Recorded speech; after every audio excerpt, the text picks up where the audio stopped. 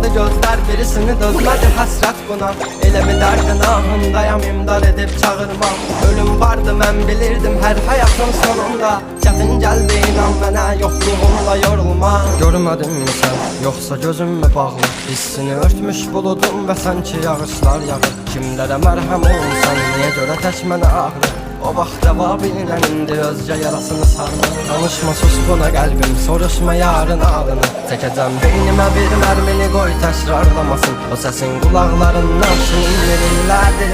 Bu da bir susqunluqdan ibarət, qoy darıxmasın.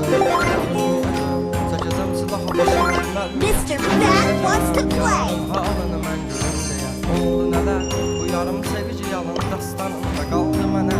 Gəl, mən orada gözləyəm. Dözməyəcəm, çəkəcəm silahı başıma bu mərmiyə. Ölməyəcəm, yarın halını mən görüm deyə. Oldu nələr, bu yarım sevici